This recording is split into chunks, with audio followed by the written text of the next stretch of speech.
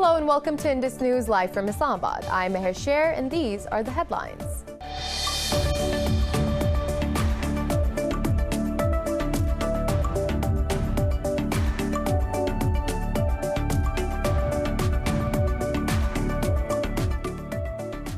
Israel's parliament has dissolved after Prime Minister Benjamin Netanyahu's fractured ruling coalition failed to pass a budget. This triggers the fourth election in 2 years and renews an unprecedented political crisis.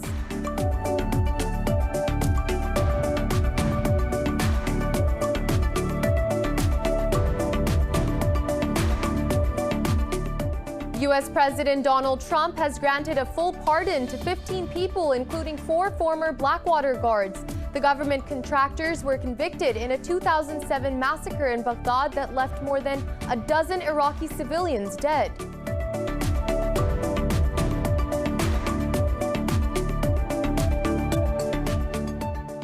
Pakistan has summoned a senior Indian diplomat to register protest over a ceasefire breach along the line of control.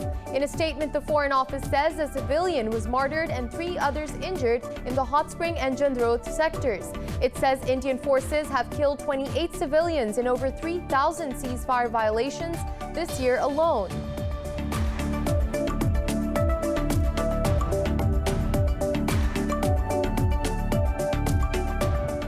In India, former Congress President Rahul Gandhi will lead a protest march in Delhi tomorrow to show solidarity with protesting farmers.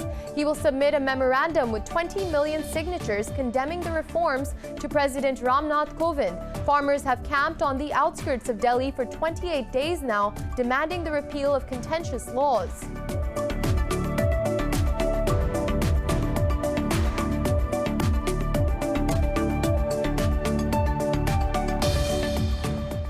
The U.S. has surpassed 322,000 coronavirus deaths and 18 million cases.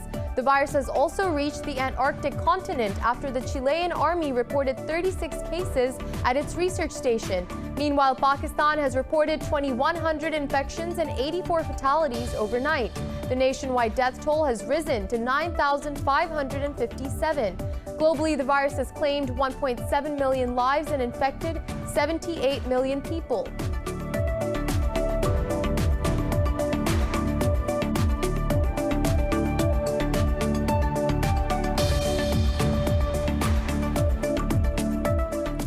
And in football, Manchester City downed Arsenal 4-1 to reach the semi-finals of the Carabao Cup.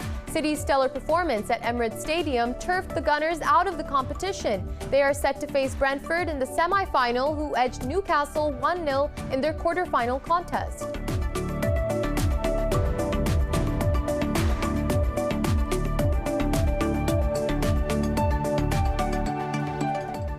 Well, those were the headlines. More news in detail after a short break. Stay with us.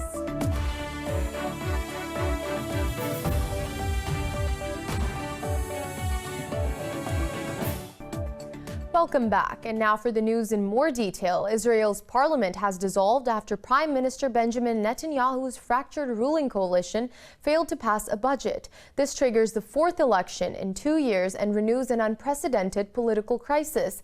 The Knesset voted against an attempt by Netanyahu to delay a midnight deadline to approve the 2020 budget. Polls were automatically called for 90 days from now, namely March 23rd, though it could be changed by vote. His coalition partner, Benny Gantz, wrote on Twitter that Netanyahu is taking Israel to an election to avoid the courtroom. Netanyahu and Gantz established a unity government in May after 3 inconclusive elections since April 2019. Moving on, the U.S., Morocco, and Israel have signed a tripartite declaration cementing the Washington-sponsored normalization of ties. Moroccan Foreign Minister Nasser Bourita said King Mohammed VI met a U.S.-Israeli delegation in Rabat.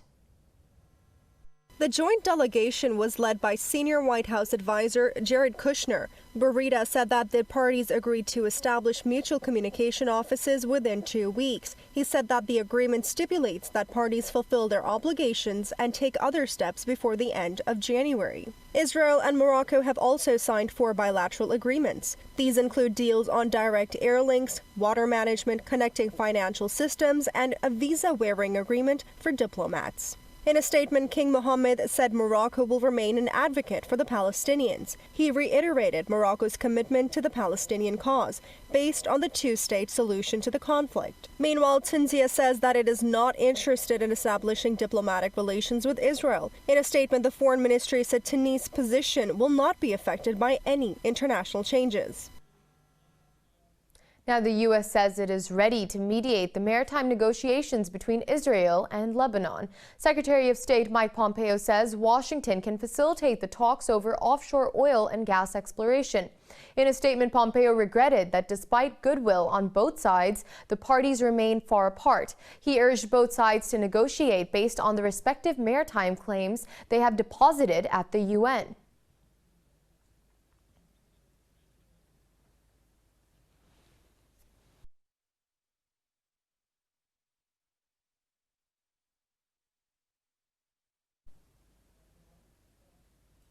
And Pakistan has summoned a senior Indian diplomat to register protest over a ceasefire breach along the line of control.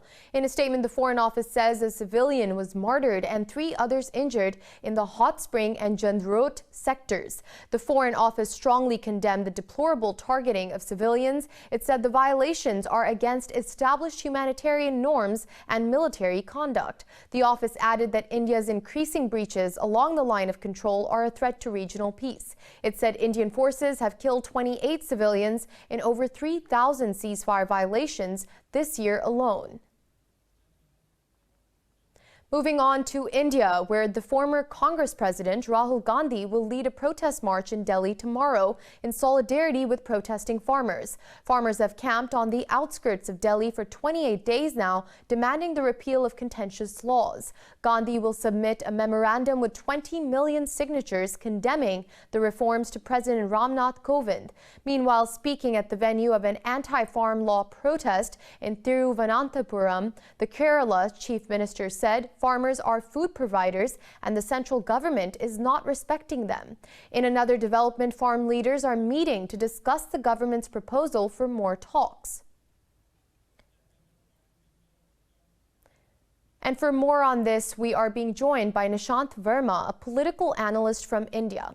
Sir, over the past few days, the farmers' protest has spread out across provincial borders, growing into a movement. The BJP is hardline towards their demands and is refusing to back down. Is the Modi government's response to the farmers' protest causing increased anti-government sentiment in India? Well, the government is hell-bent in trying to prove that whatever they are offering in this law and these 3 laws is good for the farmers.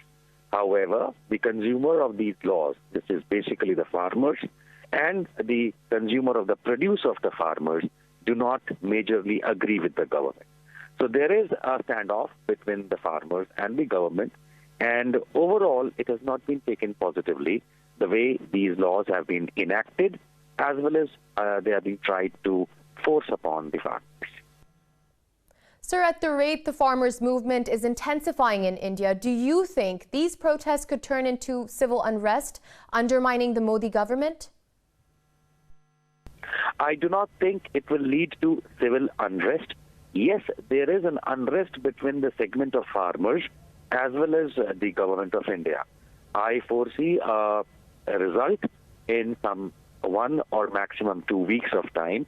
And as per me, the rollback of these laws is more prudent, which the government shall ponder and agree to, maybe with certain caveats. But then I do not foresee a civil unrest as such happening in India. Sir, now you spoke of a 2-week period, and there have been several inconclusive rounds of talks between the government and farmer leaders. How long do you think the crisis will persist? The reason why I emphasized on 2 weeks is primarily because it's nearly a month that the protest has been going on. The government has got sufficient time in order to rethink and ponder upon the laws and the demands of the farmer through the protest. So I think 2 weeks or more will be sufficient for the government to come to a halt with the enforcement of these laws and to roll back, is what I presume. Thank you, Nishant Verma, political analyst in New Delhi, for joining us on Indus News. And now moving on, Iran has once again ruled out the possibility of renegotiating the 2015 nuclear deal.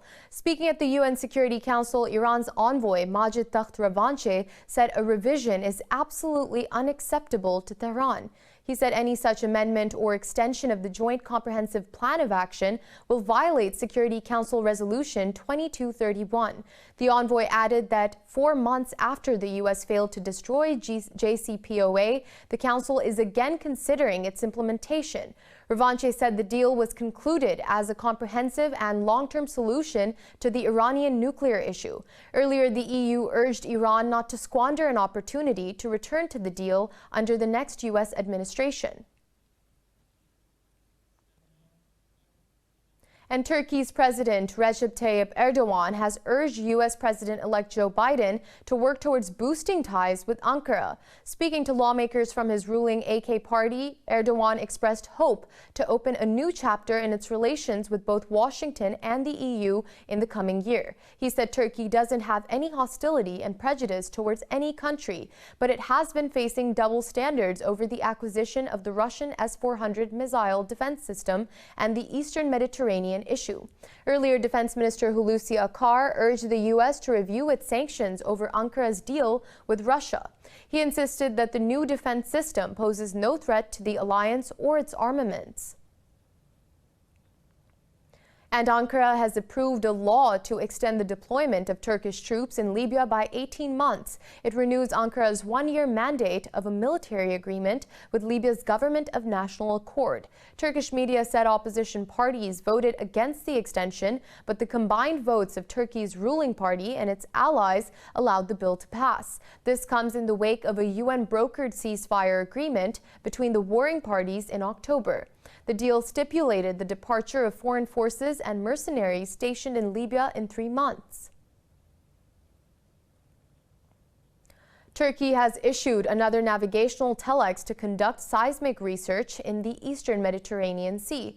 Ankara says the Oruç Reis seismic research vessel will carry out the mission until June 15, 2021. It said the vessel will conduct geological, geophysical, hydrographic, and oceanographic surveys. It said Oruç Reis will be accompanied by 2 military vessels. Ankara sent the ship on an exploratory mission in August in the waters also claimed by Greece. However, it returned to the southern port of Antalya on the 29th of November. Moving on, Turkey has urged the U.S. to review sanctions on Ankara over the purchase of Russian S-400 defense system. Defense Minister Hulusi Akar said Ankara bought the missile systems to bolster security and in line with its national interests. He said Russia responded positively to Turkey's request and Ankara made its military, economic, and technological plans in accordance. He said inspection and controls of the S-400 system are underway based on the activity plan set by Ankara and Moscow. He said the sanctions do not benefit the ties of the NATO allies. The U.S. has imposed sanctions on Turkey, alleging that the deployment of S-400 is incompatible with NATO technology. And we'll be back with more news after a short break. Stay with us.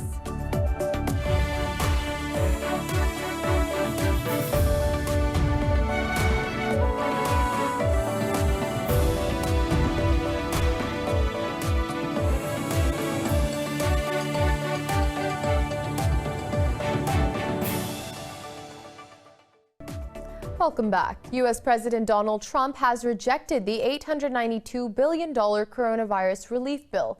In a video message, Trump called the package a disgrace and demanded the removal of wasteful items.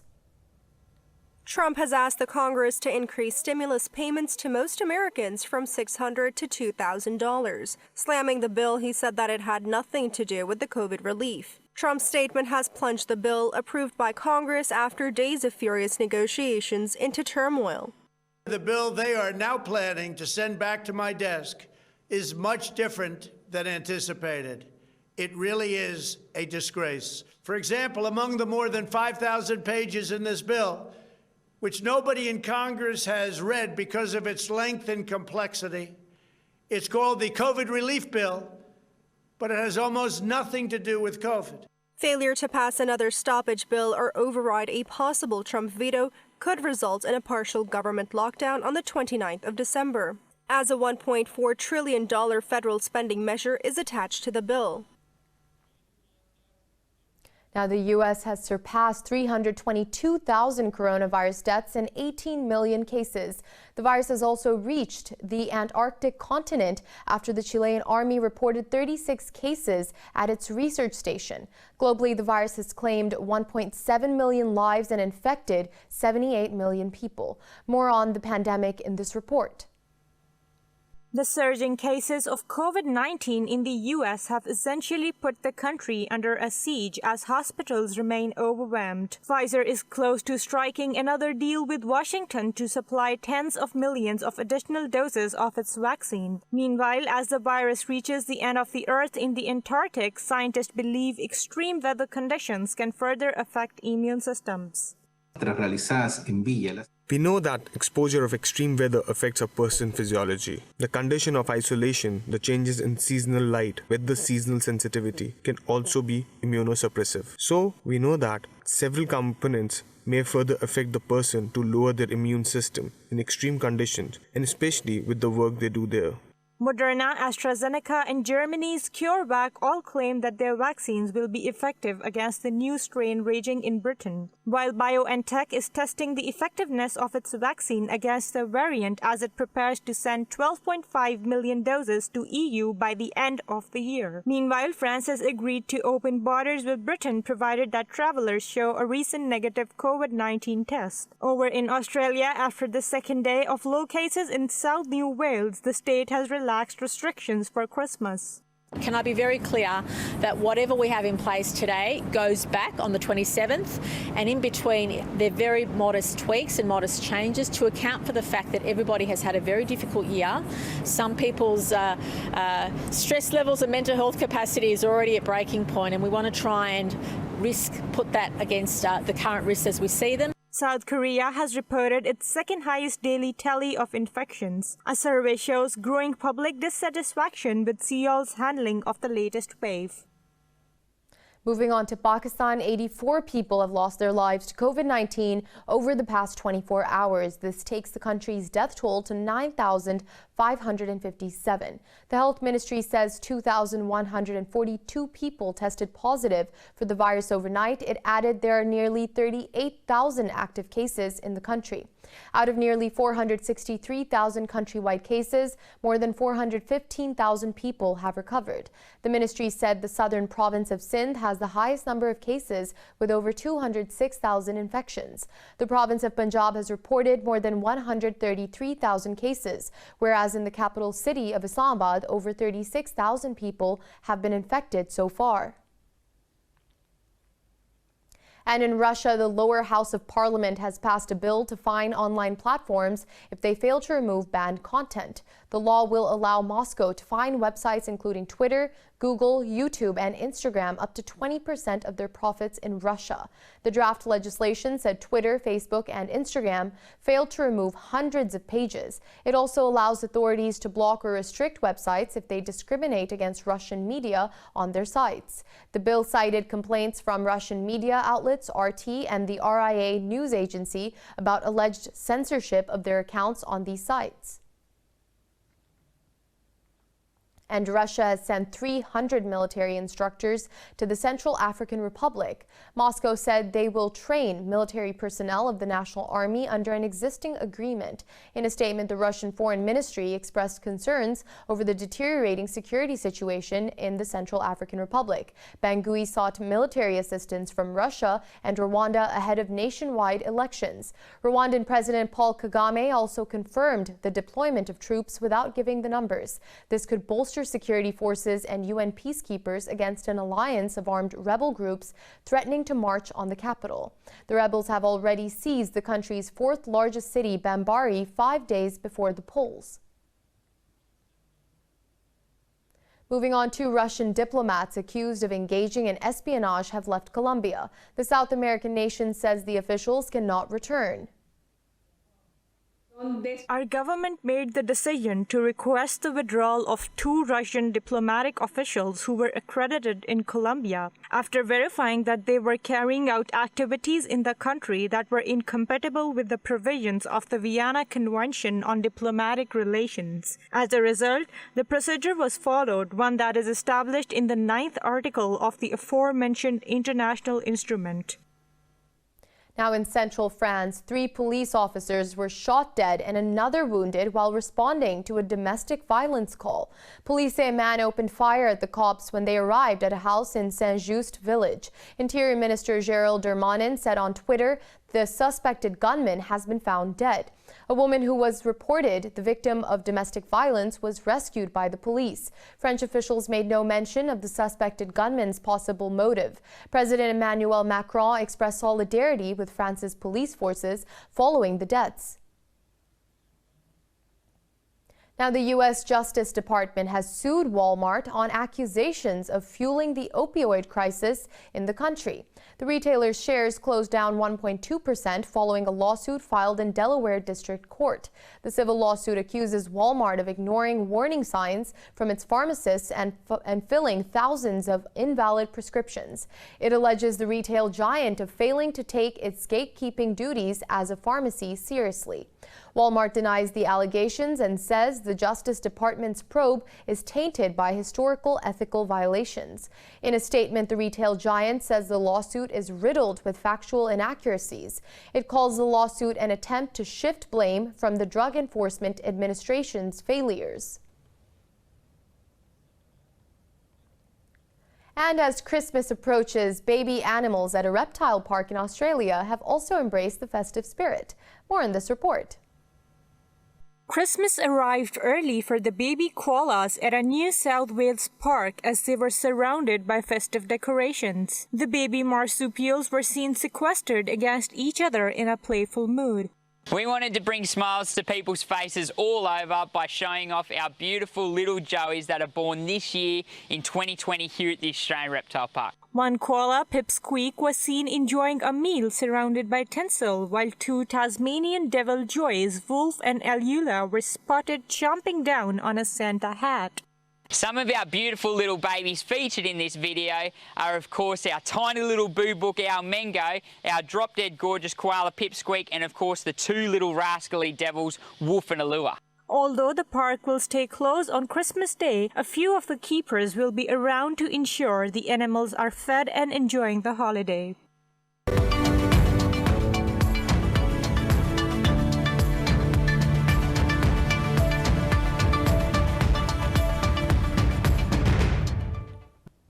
And now on to business. The World Bank has warned China to avoid a premature exit from its economic support policies. In a report, the bank cited concerns of a precarious global outlook next year. The bank urged the People's Bank of China to be cautious in tightening its monetary policy. The agency said China should maintain an accommodative policy to help recover from the pandemic. It forecasts China's gross domestic product growth will slow to 2% this year, down from 6.1% in 2019. But it said the GDP will accelerate to 7.9% in 2021.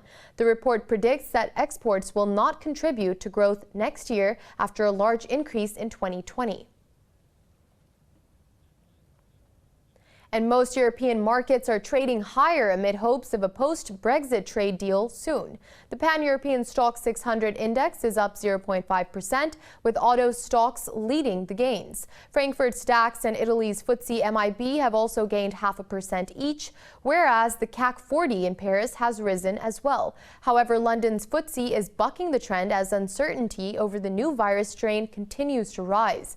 Earlier, stocks in the Asia-Pacific were trading higher despite U.S. President Donald Trump's rejection of a relief package.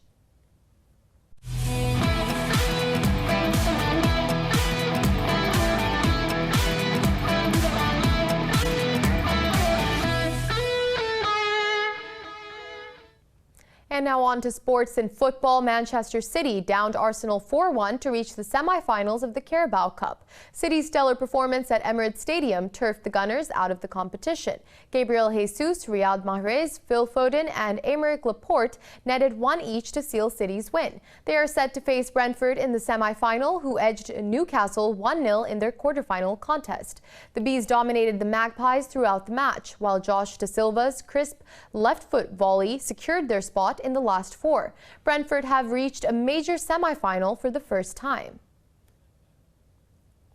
Barcelona have hammered Real Valladolid 3-0 in their La Liga encounter. Lionel Messi scored his 644th goal to surpass Pelé as the all-time record scorer for a single club. French Clément Lenglet drove Barca into the lead in the 21st minute with Messi's first assist of the season. Martin Braithwaite capitalized on Barca's lead in the 35th minute, followed by Messi scoring the third to seal the team's win. Barca are fifth in the Spanish league table with 24 points. In another fixture, Atletico Madrid beat Real Sociedad 2-0 to move 3 points clear atop the league with 32 points. And in cricket, Shadab Khan has been ruled out of the opening test match against New Zealand due to a thigh injury. In a statement, Pakistan Cricket Board said the all-rounder will undergo MRI scans in Tauranga tomorrow. PCB added the scans will determine the exact nature of injury and time needed to return to the field. The 22-year-old is the third player to fall prey to injury following skipper Babar Azam and opener Imam-ul Haq. Uncapped left-arm spinner Zafar Gohar has joined the test squad from the Pakistan A team. Green shirts are set to face the Kiwis in the first test match at Mount Maunganui starting on Saturday.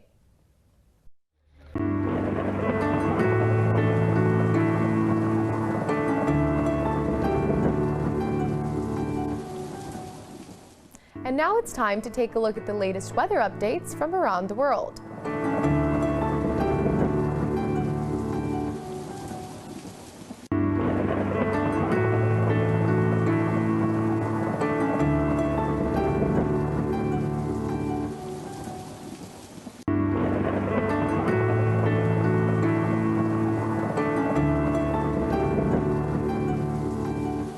For the latest updates, you can follow us on social media at indus.news.